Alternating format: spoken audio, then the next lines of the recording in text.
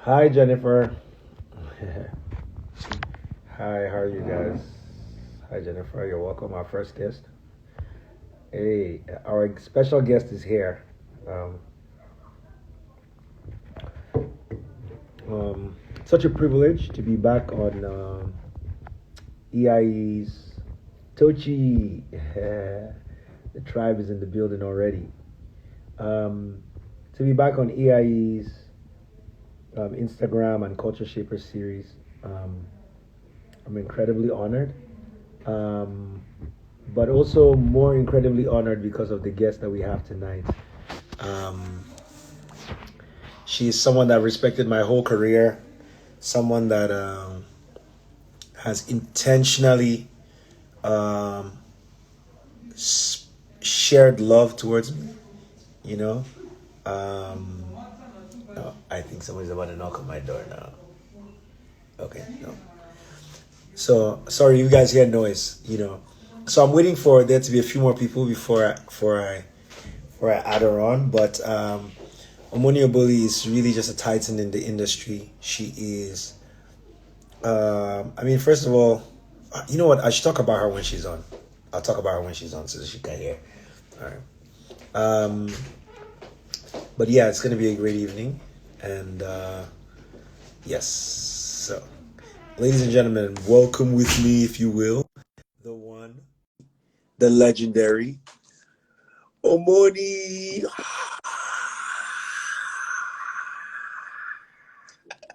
Hello. Hi. How are you? I'm great. How are you? I'm good. So good to see you. So good to see you. Let me put down. So this can be more It's awesome. so good to see you. Thank you so much for doing this. Let me get my coffee. Um, thank you so much for doing this. I was saying that let me introduce you. I want to introduce you and give you your flowers while you're here. But you're someone that I've respected because of how you move in the industry with integrity. Um, Someone that is a close friend of mine also worked for you. So when people work with someone, you get to know who, like when you hear about them, you know. And but apart from that, you've also accomplished so much. Like you've just and I will get into it what our industry is like, especially from the position of a woman. But you've just done so much, and I truly am like totally honored that you did it. I'm amazed. I'm just in awe of you, and I can't wait for us to have this conversation. So thank you for joining us. Thank you, MI. Thank you so much, Yes. friend. Like I can't tell you enough how every time I call you, I'm like, oh MI, I have this movie because I need one of your songs. You're just like this, like this. Like I have so many music industry, but Yeah. you and Waje are the only two that respond just like this, Oh, wow. without me having to say anything. Like, sis, want, it's fine. I'll get my Yeah. people to send you an email now. Just respond to it. That's it. Done. No asking for money, nothing. Like every Yeah. time I'm like, Toby, what are we gonna do for MI? Can you tell me for your support? You don't understand how much it means to me. Thank The fact that I can call on you at any time and you just respond without airs. Thank you. I really appreciate that. you. And you don't know who you are. Oh. Well, I mean, you did the same thing for us to be having this conversation. Like, a whole MI, Thank Thank you. So tonight we're talking about storytelling, and for me, I always interpret these questions how I see them. Storytelling and its power to shape the narrative. Um, and if there's ever a time, I mean, 2020 has been just an amazingly interesting year.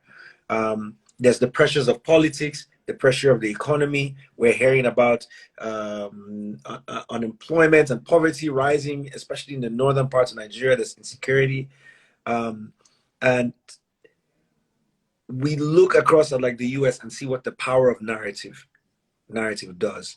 And so I guess my first question is, what drew you? you're brilliant. I imagine that you could do anything in the world. But what drew you to the arts? What drew you towards film and stage, and writing? Well, it's funny. It's funny because I feel like I was made for this. Like I was born to do this.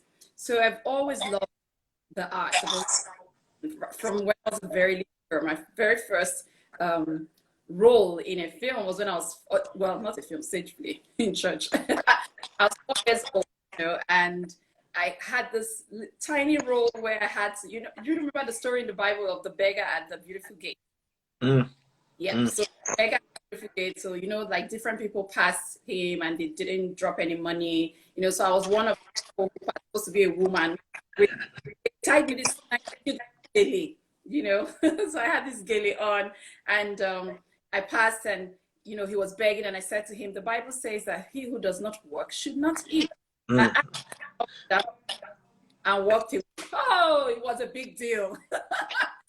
So I've always loved the arts. So right through primary school into secondary school, I was in every play. I was in every play. By the time I was in senior secondary school, I was the editor of Press Club, the president of French Club and Literary and Debating Society. And Wow. so those clubs in school, one of my jobs was to write, produce, and direct plays, right, in English and French for club, and then for Literary and Debating Society. So what I didn't know at the time was I was preparing myself for my future. I actually didn't know that I was writing, producing, and directing plays. I just thought it's my job to put together a play for parents. It's my job to put together a play because we're going for nationals in French competition. I mean, I went as far as going to Cotonou and all those places, Wow. So I didn't know that that's what I was doing. I was preparing myself for my future. But what age was this? What age? How old were you? So I was like 14, 15. Wow. Do all of this.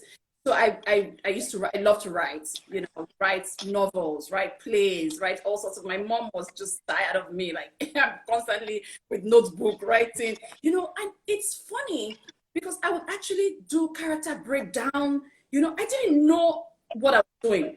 Let me not say, I didn't know that what I was doing was preparation. I would stand and say, okay, this is a book, a novel about this high school. And then I have all the characters that are going to be in the novel. And I started to describe them like food, like this. So, I was doing character breakdown. I didn't know that's what I was doing, So I feel like God wanted me to do this. There is a purpose for this. And He prepared from when I was a little girl for this journey. Yeah.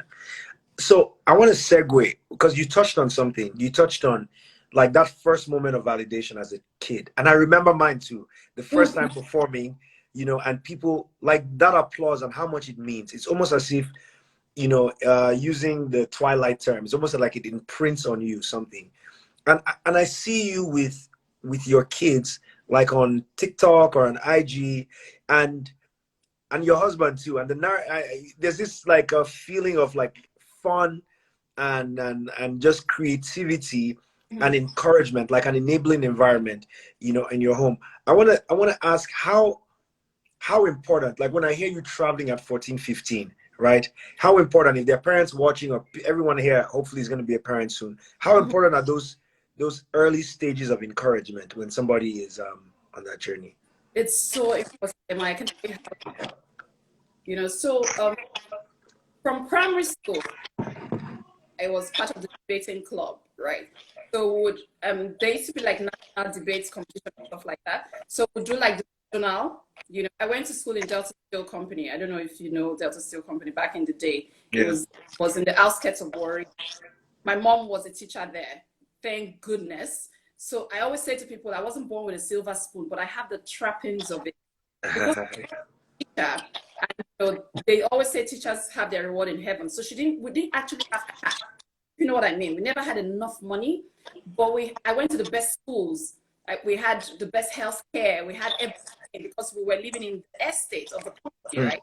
So I go to the community school for I had all those things. So it's as if we get money, but we don't get. know what Yeah. I mean? So in that community and in that school, I was trained for leadership. So I would go to, we'll do the regionals and then we'll go for the finals. So they used to show me then. And Yeah. then we'll gather together in the community, to watch, because I'm going to be debating on TV, so they all watch. Yeah. So there was a lot of encouragement, so much encouragement. I mean, when I eventually got to university and my first foray into Nollywood, it wasn't called Nollywood then, it was just home video, whatever, right? It was in my second year in university. I remember my mom being scared, though. I can't even lie. My mom was scared because at the time, actresses were just looked upon as prostitutes. Like, so your daughter is going to be an actress, she's going to become a prostitute. That's it. She was worried, even though she knew that that's what I liked. And she's nurtured it from I was young, school days and everything. But it made her worried, And I always used to realize there's nothing going on, I'm just going to act, I'm just going to do this and that. But the encouragement, like you said, it's so important. And even till now, as a grown woman with my own family, the support that I get from my family, from my immediate family, like my support system is tight. Like I couldn't do what I do now if I didn't have that kind of support system. So my husband, like my biggest fan, is like the wind beneath my wings. My kids are always, they're understanding because there were times when I had to be away from home for very long, and they'll be like, "Mom, can't you just be here forever? Why do you have to?" But it is what it is. Support system is very strong, very very important. Amazing. So I saw Audu in the comments. We just want to send some love to Audu. Yeah, he lost his dad and so Audu, shout out to you. God bless you, big bro. Okay. You just spoke about Nollywood and like the fan in me. So I was in college in the US, came back as Nollywood started blowing up. I hated it. I loved movies. I was like, this is terrible. Today I look back with shame because it was so beautiful what you guys did. That industry, like the young kids now are going crazy on the culture. They are researching the movies and they're so funny. There's so much style, there's so much swag in it. And it really is becoming like the really cool thing. Like some of the pages I follow about like the early Nollywood movies and their impact. The question I wanna ask is, as we look back and look at all the good times from that era, like what was it like for a young woman arriving in Nollywood? Like what was it really like? Was it as fun, as together as people see, or I mean, what was your experience of, It wasn't easy. I can tell you that for free. Back in the day, so my story in Nollywood is divided because I did it for a bit in 96, 97, and then I left it for over a decade because I was in uni and it was affecting my school. So school would resume because I wanted to do it during the holidays, and then school would resume and you're right in the middle of a production. So after some time I knew I had to choose one. So that you drop out of school or so I decided, I'll leave Nollywood. It's not running away. I can always come back. So then it was tough because obviously that time there were no mobile phones or anything, so you had to go to places where they post audition notices. You go check and then you take transport and go enter bus, jump bus, go to, where they're doing the audition, do your audition, and then you have to come back again to check if your name came out on the list. Because the list where the name of the shortlisted people. And then you go back, okay, your name is on the list. You go back for another reading or whatever. You have to come back again to check if you now finally got it, And then, of course, many times you won't get it and, it's very disappointing. But, we were hungry. We were so hungry. We were so hungry. We just wanted to act. It wasn't about stardom. It wasn't about anything. We just wanted to, showcase our talents, get a chance to do things, So the hunger and the passion is what drove us. I mean, many people today say to me, "Omoni, please help me. I want to be a star." I'm like, really? Is that it? You want to be a star or you want to be an actor? Mm. You know, Mm. anybody can be a star. You can blow from Mm. it. You don't need Mm. to. So if it's stardom you're looking for, if you just be a star, you don't need to act. Just go on national TV now and say Buhari is one thing. Overnight, why do you want to stress yourself? Go through that process, you know. So we were hungry, and it was the passion for the arts that drove us to, you know, continue even when it was really, really tough. Yeah. Okay. So what was it like? I also want to be you know, as a man that is gradually learning more about my privilege in society, learning about like how patriarchy has shaped the world differently for me than it has for women. Mm-hmm. I'll tell you a short story. So yesterday I was having a conversation with someone in my house, and my nephew Jamal. I was talking to a lady, and we're arguing back and forth. And he's young, and he turned and looked at me and I said, "Just let the man keep talking." And so I stopped, and I was like, I started having a conversation with him, and I was like, "Do you think men and women are different?" And we started having the conversation, and then in the middle of it, he said, "Uncle Jude, you never wash your plates yourself." And I stopped. Honestly, I stopped, and I had to commit. I was like, "This is a thing that I don't know that he's even watching, you know." But I had to commit, and I promised him there. And then I was like, every time from now on, every time I eat food, I'm going to go to the kitchen and take 3-4 minutes and wash my dishes myself, just to show you that if you're seeing other people do it and they happen to be women and you don't see me do it, you know, you feel like, oh, okay, he's a man, that's why, you know. So as we start to learn more about our privilege and how I mean, it's an innocuous thing like that, you know, if I pay someone to clean the dishes in my house or whatever, an innocuous thing like that, but it ends up adding up to society where patriarchy is, you know. What was it like? We hear stories, horror stories of women being asked to sleep with people to get a role and stuff like that. What was your, maybe not even your experience, but your vantage point of looking at the industry then? My one is on. I just saw him. Hey, Oh, hi. yeah, go ahead, please. I was saying, yeah, what was your vantage point of looking at the industry back then, and what it was like as a young lady too? Okay, so in all honesty, I didn't have much of the whole sleep with roles type of thing.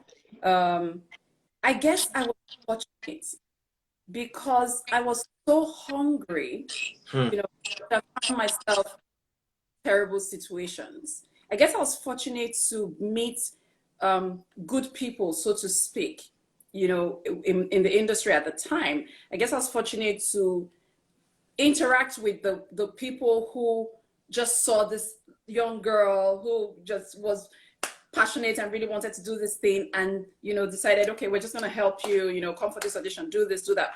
So I was fortunate in the sense that I didn't meet the bad eggs, Hmm. because I did hear stories, Hmm. you know, of girls that I take advantage of, right? But I'm not going to sit here and lie and say that I wasn't, you know. When I came back into the industry 10 years after, I was now married with kids. I had, you know, been out of the country for a bit, and we came back, and I was trying to find my feet again. What am I going to do? Tried my hands on different things. Actually got a job with an oil company, but I just couldn't take the job. Like me all by myself went for the exam, passed, passed the exam, you know, I went for the interview, passed the interviews.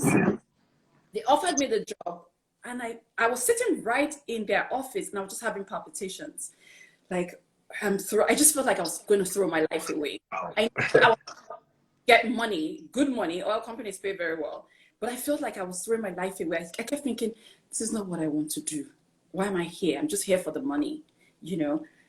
And I went home and I had a conversation with my husband. I'm like, I can't do this. It's not me. It's not my life. It's not what I want. I can't.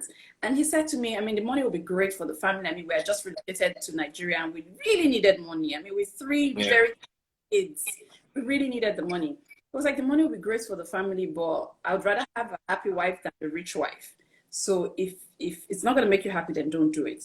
So Yeah. that was needed that push to say, okay. So I was like, I turned the job down, and they were shocked out of their minds. Like, who turns down an oil company job? Are you kidding? So they thought it was about the money, and upped the money.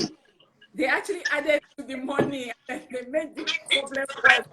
Wow. Was for me, because I was like, by me. So they've added 5 I'm still going to turn it down. You know, my in-laws were like, "Are you kidding? Turn what down? No way." I was like, my husband was like, "If you don't want to do it, don't do it." So Wow. yeah, I turned it down, and I started to try to go back into Nollywood, and it was the toughest thing ever, because of course nobody remembers someone from 10 years ago. Are you kidding? I was the new girl. Nobody wanted a new girl. You know, everyone had their place already, and their places were secure, and they just were not interested in a new girl.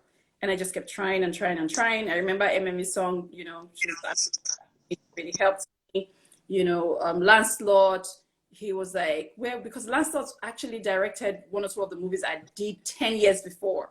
And he was like, where did you go? All the girls that were with you, look at them. They are all big stars now. Look at Motola, look at Stella, look at this, look at that. You know, because I used to like hang with Stella, the Masters, back in the day when we were all so young and everything. And I was like, well, you know, life happened, family happened. I wasn't in Nigeria, this, that, you know. So I was like, well, we'll still try, you know, if there's anything. So they did help. But I remember very well, on one occasion, some director said to me to come to Asaba, you know, for a role. And I went to Asaba, and my dad lives in Asaba. My dad is late now. He lived in Asaba at the time. So at least I had where to stay and all of that. So he was like, okay, come to my hotel, so, you know, we can do your audition or whatever.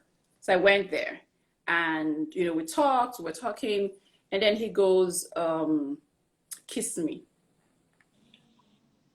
I said, I don't understand. He said, kiss me. I said, why should I kiss you? Yeah, at this time, I just relocated from the UK. I was very Oyibo self in my mind. I'm like, why should I kiss you? Then he goes, it's for the audition. I said, are you playing my love interest in the film? He says, no, but it's part of the audition. I'm like, I'm sorry, I can't kiss you. It's not gonna happen, you know? And he was like, oh, no. So he saw the way I changed instantly. He was like, oh, no, it's just for the audition. I mean, if you don't want to do it, it's fine. It's nothing. He was like, oh, no, yeah, of course. Like, oh, sorry. I meant miss me, not kiss me. My brother in the Lord, that's how I never got to be in his film.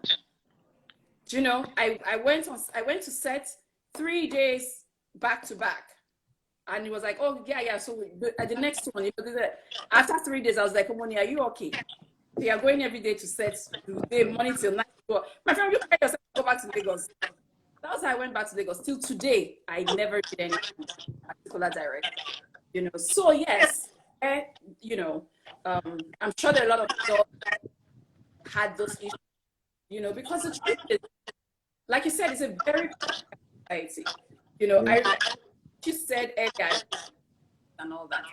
My kids, no, I'm like, you don't eat and stand up and walk away. Are you kidding me right now? Who's supposed to do it?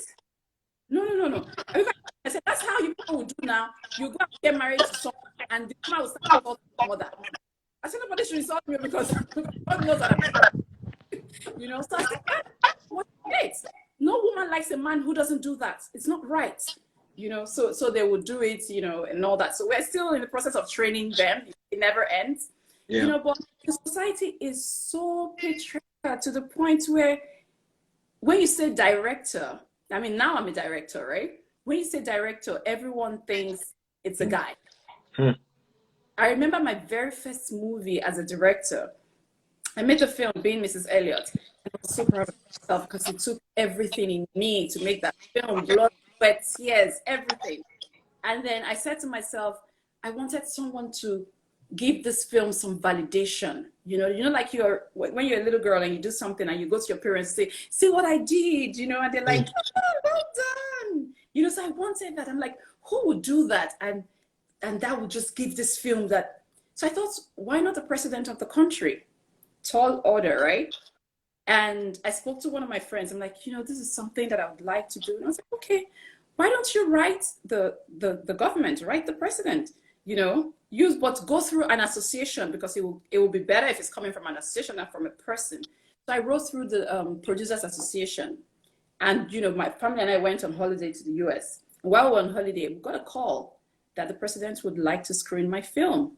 Hey, what? I said, are you people kidding me? Is this a prank call? True. That was, I said, holiday is over. Please, let's not go back. Let's go back. You know, long and short, the premiere did happen. I was invited to my own premiere at the villa, as in I was a guest. They gave me invitation card. I could not enter without my own invitation card.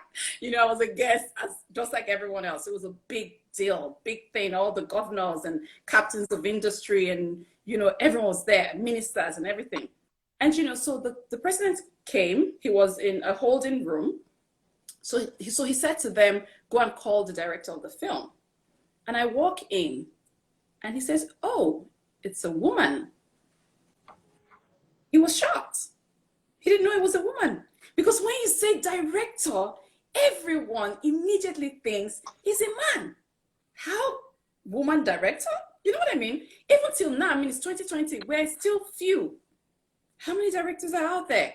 There's me, there's Kemi Adetiba, there's, I mean, just how many of us are there? Handful, yeah. We're still just a handful, you know? So he was shocked out of his mind. He didn't think he was a woman. And then he watched the movie and he was just totally blown away. Like, so we have this kind of intelligent young people in this country. You know, I remember him telling me there's a scene where it's supposed to be a twin and it was me playing both characters. And he was like, are you a twin? I said, no. So how did you slap yourself? I said, it's movie magic side. I was like, oh my gosh, you know, so it's so patriarchal. I mean, that's just an example of how patriarchal our society is. Mm-hmm. And for me, as a filmmaker, unwittingly, my movies have, you know, always have one lesson or the other, always preaching about women empowerment and, you know, and, you know, trying to balance the society, trying to make even the men realize that it's okay. We're not trying to be the head here. We're just trying to be equal. You know, we're not trying to audit over you guys. We just want to be equally. That's all we're doing. I'm trying to teach women that, you know what, you don't have to just roll over and take everything. You can stand for yourself as well, you know? Yeah. Beautiful. So I want us to do something cool. Yes, so many of your fans here. People are saying you're their favorite actor, favorite director, favorite producer. We're talking about storytelling. Yeah. So I want us to look through your filmography, and maybe, and I want everybody that's on the live to get involved in this. So, or if your favorite movies, if you have questions about them, this is what we want to do. We want to ask questions about the stories and how they reflect what we see in society, and then get your opinion off of it. And I'll start with some of my favorite of your movies. But we'll sort of work through it, guys. If you guys are there, what I want you guys to do is think of your favorite Omoni Oboli movie, whether she was directing, she was producer, whether she was starring in it, and then think about what the story was about. We're talking about storytelling and its power to shape the narrative, and then ask whatever questions you want to ask.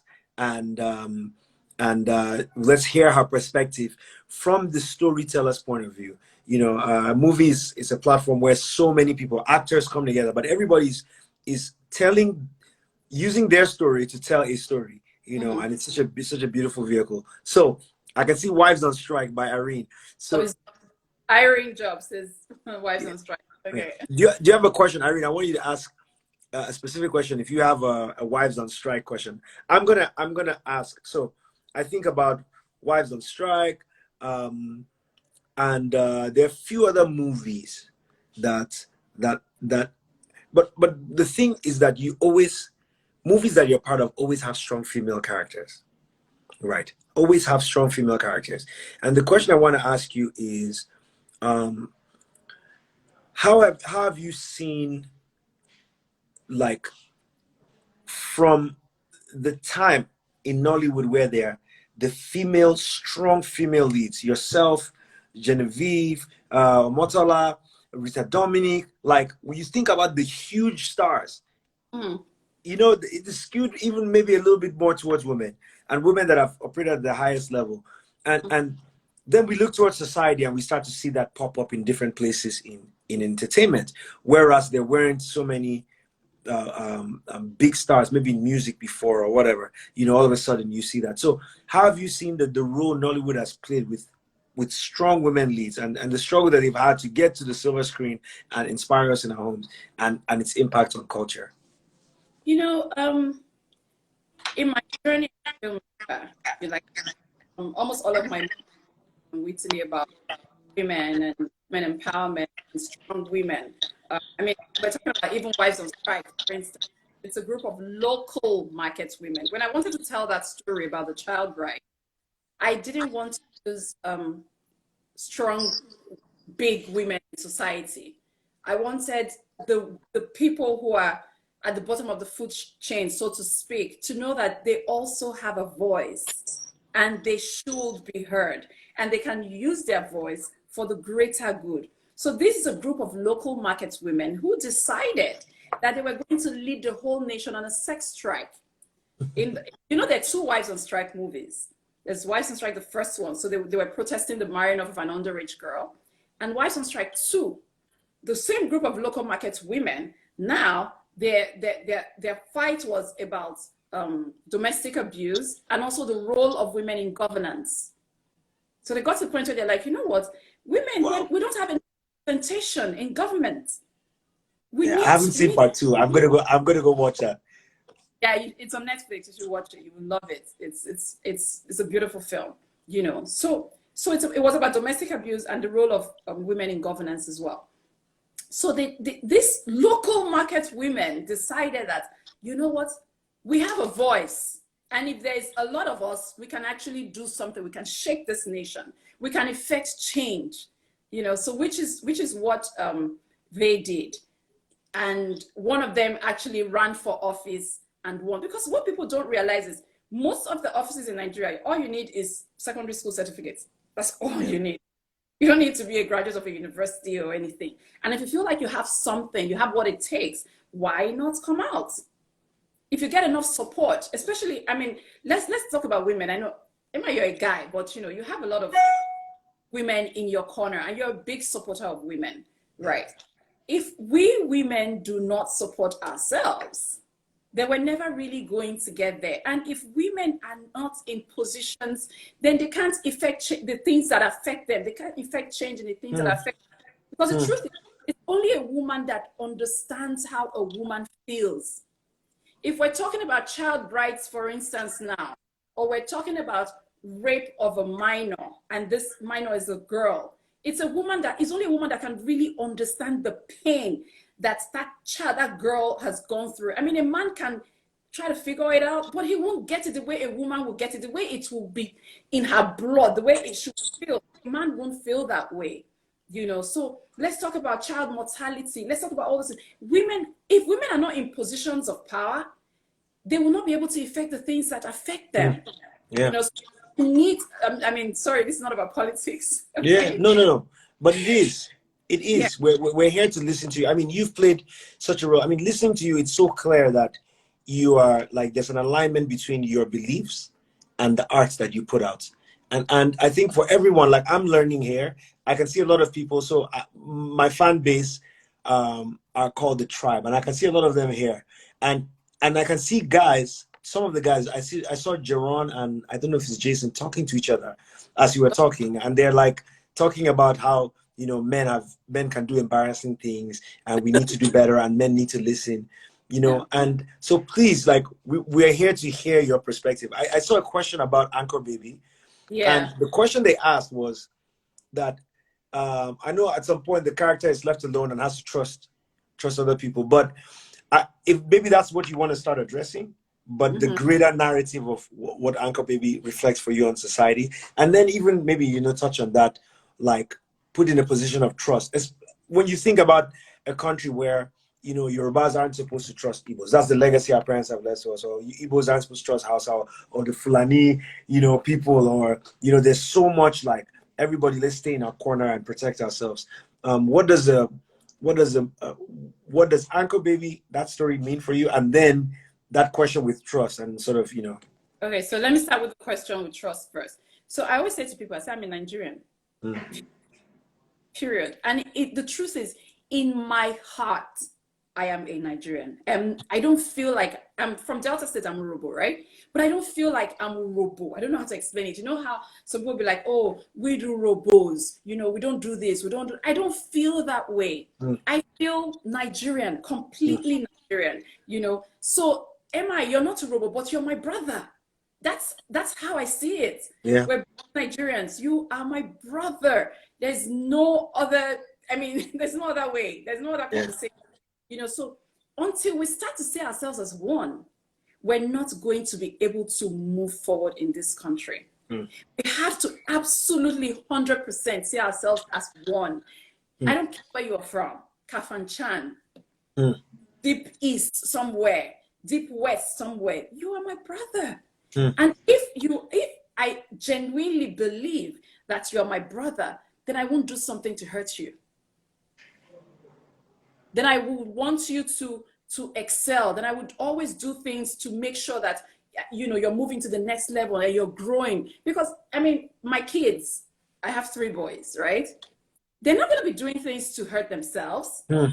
They're going to make sure, if I'm in a position now, if one of them is, let's say Tobe is in a position now and Gozi needs something, he'll make sure Gozi gets it because Gozi is his brother. So if I truly believe that the next thing in Kaduna is my brother, then I'm not going to hurt him. So, but what we find now is even within Kaduna itself, you'd have some people from the East Kaduna and people from the West Kaduna fighting. Come on. What sense does that even make?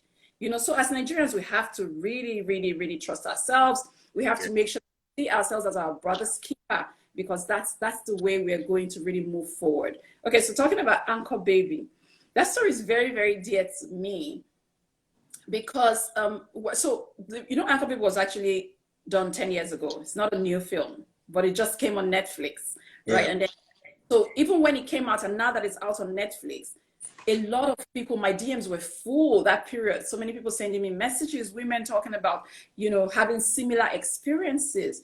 Some of them are like, the only thing that didn't happen to me was that my child was taken, but I was taken advantage of. A lady said she was actually raped. This was in the UK. She, she trusted some people. She had to go live with them.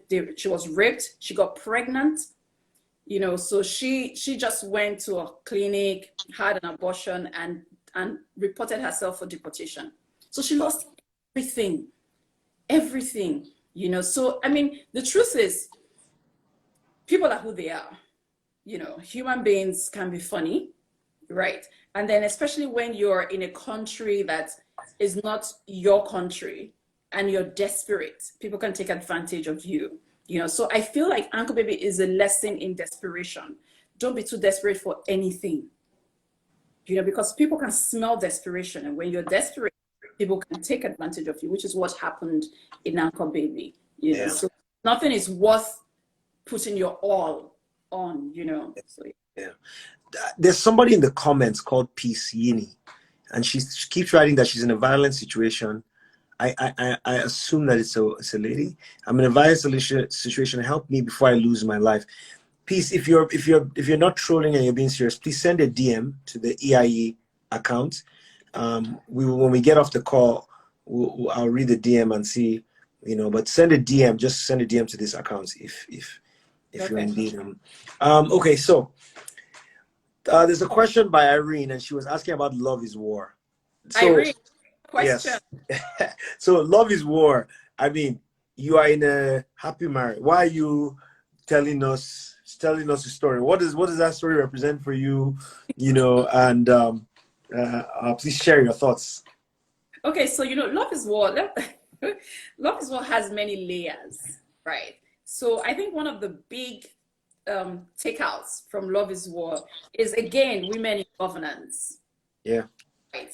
And the politics in Nigeria, I dare say in Africa, and how dirty it can be and all of that. So in Love is War, we see a woman who is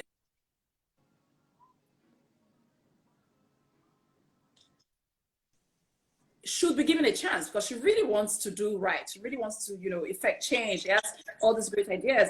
But then she finds herself in a situation where she's from Niger State. Her husband is from Ondo State, right? The people of Ondo State are like, I don't understand. Why would a woman from Niger State get that? Right. And then that's when she was going for ministerial position. That's the backstory. And then the people from Niger State are like, you're married to a man from Ondo State. Sorry, you're not going to get a...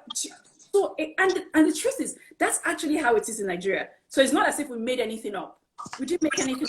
It happened to a few women in Nigeria. It happened to, I think, a judge. She was about to become a judge or so in or Calabar, one of those places, where she couldn't get the ticket from her state or from her husband's state. Because as far as Nigeria is concerned, when you get married, okay, you now don't belong anywhere. So marriage makes you stateless in Nigeria. So you're no more from your state and you're not really from your husband's state because they're now going to see you as one of theirs and your people no more see you as one of theirs.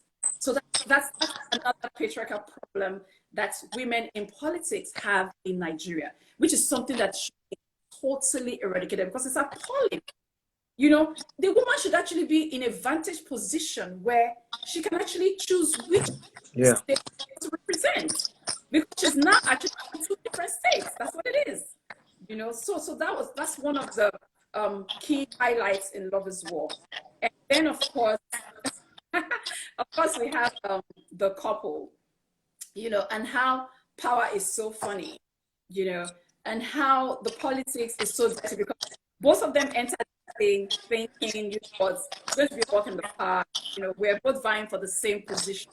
But it's fine, it's cool. I mean, it's us, we love ourselves, nothing can come between us, And then, of course, the husband has to think, actually, I think I'm going to be better at this job than my wife. And the wife is thinking, are you kidding me? You're not even a politician. You're a doctor. The only reason why you're doing it is you wanted to help me and let it go. But it's like, he has to see how to her, right? And how she can do anything it takes to get into this position. And he thinks, what's better than this job? I might as well do it. So of course, that's how it's an application. So we see all the politics in Nigeria. How is always to sort of get any position if you don't have a job, not being sponsored by someone else, So which happened in the election. And I went into politics and they thought that it's just by being, I mean, they're great people. They have all these great ideas. They want to do great for the nation. But they didn't have godfathers.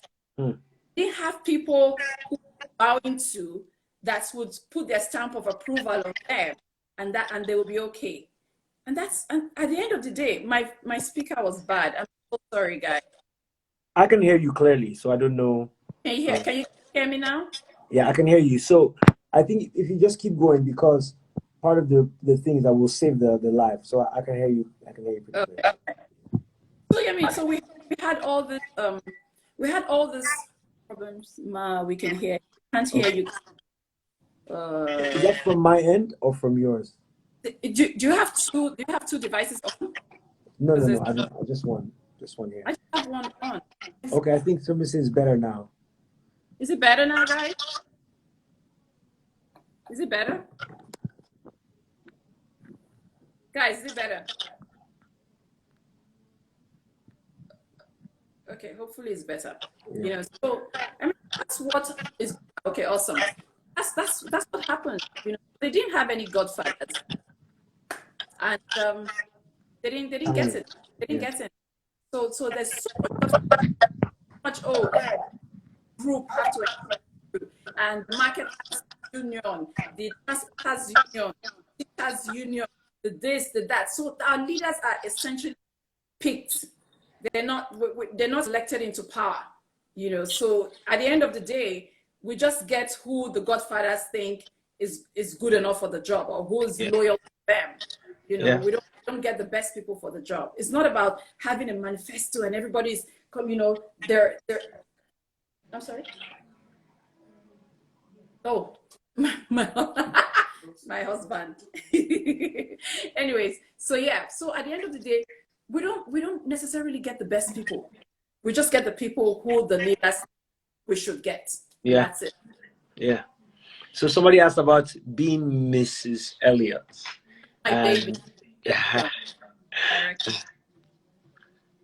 Go ahead. Go ahead. Sure. Was that a question? Oh, No. So yeah. Story. Okay. So well, so what had happened was I went to film school, right? So I went to New York Film Academy, took a short course in digital filmmaking, and I was so excited because I wanted to be a director. You know, so I'd been acting and writing, and I would give my stories to producers who would then hire directors. And at the end of the day, I watched the film, and it won't be exactly what I had in mind writing. You know, I write in pictures, so when I'm writing, I'm actually seeing it. I'm seeing it play out, and I would just feel like, no, this wasn't what I had in mind. This director, because the truth is, no two directors would direct any one story the same way, because that's why the story is always the director's story. So they'll say film by Omoni, even if I direct an Omoni Oboli film, because it's from my point of view. The story is from the film ends up being how I see the story. So I thought to myself, if my movies or my scripts or my stories are going to have my DNA, then I'm going to have to direct them myself. And it was such a scary thought because, like, I mean, even trying to see how many female directors we have now. Then there was probably like 2 female directors in Nigeria when I first started. It was ridiculous. So it was a scary thought, like, are you an actress? Who's going to listen to me? Who's going to give me a chance, you know? But I was like, you know what? I'm going to do it. So I took the short course in digital filmmaking in New York. Came back to Nigeria. I was like, let's go. I want to be a director. Of course, nobody's going to give any rookie director their money to direct a film, you know? So I had money to make the film. And for 4 years, I was talking about this film, you know, I want to do this film. And then I remember talking to a friend one day, 4 years later, I didn't even know. And he goes, oh, is that the same story you told me 4 years ago? I was like, what? I've been talking for 4 years? So disappointed in myself. So I said, I'm going to make this film any which way. You know, so I started to pull funds together, children's money, family money, everything. Let's go and make film, you know. So I started to make the film without the money to complete it. I was like, I'm just going to make this film. Somehow I will finish it. I started. And then as God would have it, you know, sometimes when you just step out in faith, everything starts to align in your favor. Brands that I had spoken to some 3 years before, some 2 years before, some the year before, all of them just started to answer me at the same time. We finished this film with enough money to do production. Wow. Yes. So we finished the film and we had money left over I didn't even know I would have money to even first of all finish it. Not to talk of post-production. We had so much favor. I mean, it came with its own issues. Of course, I cried so many times, rookie director, you know, and then I'm producing as well. So there were issues, and then some issues would just come up and I'm just sit down and start crying. Like, people want to kill me. What am I going to do, you know? But we finished it and we had enough money to do post-production. And that was a film that the then president, Goodluck Jonathan, screened at the Villa. And it was just like an opening for me, you know. And what I did was, I started to go from film to film. So we did Be Mrs. Elliott, and it was just such an amazing project. I mean, it was a very ambitious project for a first-time director. Are you crazy? Why not just do a simple love story? What's wrong with you? Yeah. Why are you? Please, we shot in 3 states: Lagos, Asap. We shot in Asaba, that's Delta. We shot in Ekiti. So I mean, the story was taking us to those places, and we actually went. Like, can't you just stay in Lagos and for spread that looks like Delta? What's wrong with you? You know, but we went and we did all of that, you know. So what I did was, I finished Being Mrs. Elliott. I did not carry the money from Being Mrs. Elliott and say, okay, it's time to largest, let's buy motor, let's do this. Nope. I took that money and shot another project. And I shot another project. So that's what I kept doing, because what ends up happening to a lot of filmmakers, and if you're an aspiring filmmaker, you should take this from this conversation. When you make a film and you make money from that film, that money is not yours to largesse, go and buy luxury and do whatever. Mm. If you do that, you might not be able to make another film. Mm. So you need to take the money from your first project and immediately make another project. Mm. You know, a lot of filmmakers just talk. You're just talking. I'm like, when was the last time you shot a film? You're just talking. You're a filmmaker, make film. That's all. That's your job. Make film. Filmmaker, right? Make film. So what ends up happening is they make a film and then they go spend all that money. And then they start talking for another 4 years to make another film. So I didn't have to start begging again or calling brands or doing this. If they came, fine. If they didn't come, my next 2 projects or any production or anything, but it was fine because I had the money from being Mrs. Elliott, so I could make the next movies. I could make the Love is Wives on Strike that everyone likes. I made it right after being Mrs. Elliott, you know, and then First Lady as well. So yeah, that's wow. So I think we have one more. Let's do one more. It's just so great hearing about your perspective on these movies. So this person says, ask about moms at war. We didn't talk about this. No, it was yeah, talking about yeah. Moms at War, again, my stories always sort of have strong female characters. Moms at War is about 2 mothers who both wanted their kids to get some prize in school. And so they were neighbors, right? And they were not friends. One of them is what I would melt in her mouth type of person. And the other one is that doesn't care, you know. So like I feel like you're too big for me. My friend, after all, we're living in the States, which means we both have the same money. So what's your problem, you know? So anyways, so they end up being at loggerheads, but eventually they come together, right? So there's a whole women supporting women angle, the whole we can be stronger together. You know, if we pool resources together, we're actually stronger, we can achieve more than if we're both at different ends and we're both fighting, you know. So I'm a very strong, should I say preacher of women supporting women. It's not, you know, it's not just a slang. It's not just a thing that we say to sound cool. It's not just one of those, it's something that if us women really, really believe it and really work together, the sky is just our starting place.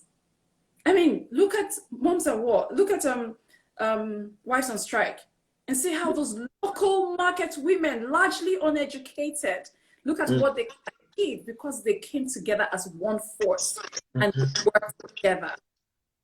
So if we really believe that women should support women, we really believe that we should be, you know, rooting for each other and applauding each other and doing anything we can do to help ourselves.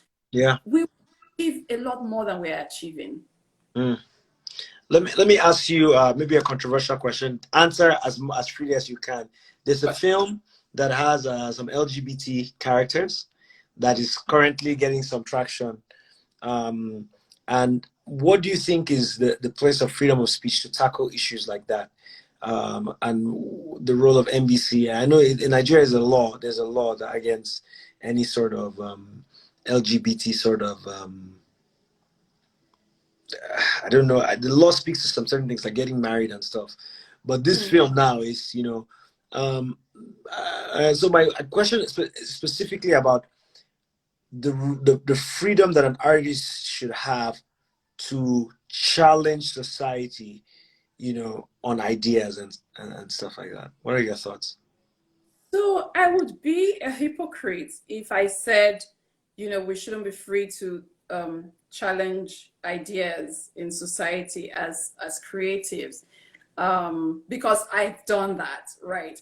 But also we have to be careful as well. You know, there are laws in place, so we can't be breaking laws and saying we want to challenge ideas. You know, so so I have a film that is unreleased about child rights. Again, I made Wives on Strike, and it was the women coming together to fight the marrying off of an underage girl, right? But I felt that we didn't meet the child bride in that film. So we saw what the women were doing for her, but we didn't meet her. So we don't know her. We don't know her experiences. We don't know what she wants. We don't know her aspirations. We don't know her dreams. We don't know what she grew as a child, right? We don't even know her. I wanted the world to meet her because even till 2020, we still have child brides.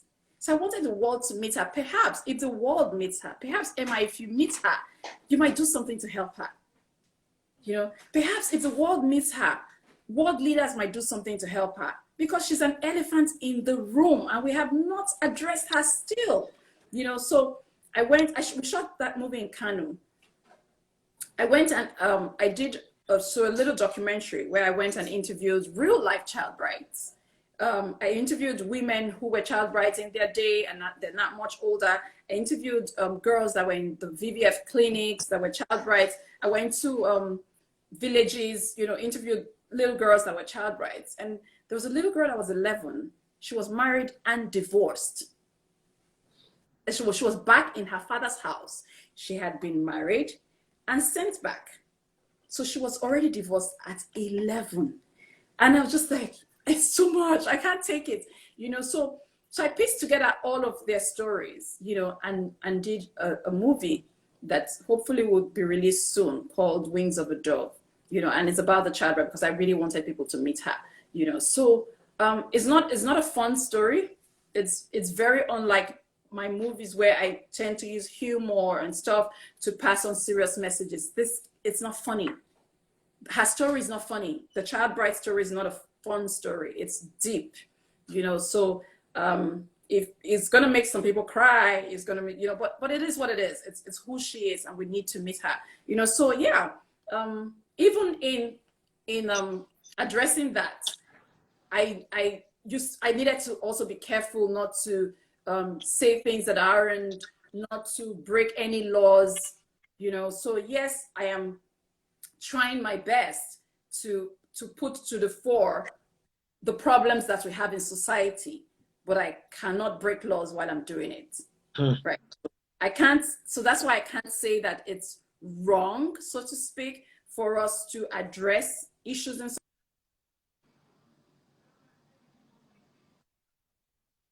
Yeah. I mean, Instagram is going to kick us off. Like, I didn't realize we're already at 1 hour. This has been amazing. You've given me so many ideas about maybe another conversation that we should have. We're both Tutu fellows, by the way. Yes. And I think maybe for me to close, I'll say that this has been an hour of understanding that your art is truly an extension of who you are and what your beliefs are. And I have a niece. She's 15 years old, and I'm grateful that you've existed so that you could shape the world with your stories, with your movies, with your scripts, with your directing, and make it a better place for her. Because Nigeria is changing, and it is because of these stories. It is because of filmmakers. I can't wait to see the Wings of a Dove and promote it all over my social media and just be. And I just want to say thank you and keep doing it. Thank you to your family for the sacrifice when they let you go, you know, and to make these amazing movies for us. And yeah, in any way we can help. I want to make a movie soon. I have an idea. So when the time comes, I'll hit you up and I'll yeah. Thank you so much, and thank you to everybody that came on. Thank you, Omoni. God bless you. You Take too. care. All right, guys. Bye. See you guys. I'll be back on here in 2 weeks, I think, for the next session when I'm on Culture Shapers. Not next weekend, but Bye. next weekend after. All right, bye. Wow, that was amazing. Guys, see you guys soon. Thank you, EIE. God bless you guys. Peace.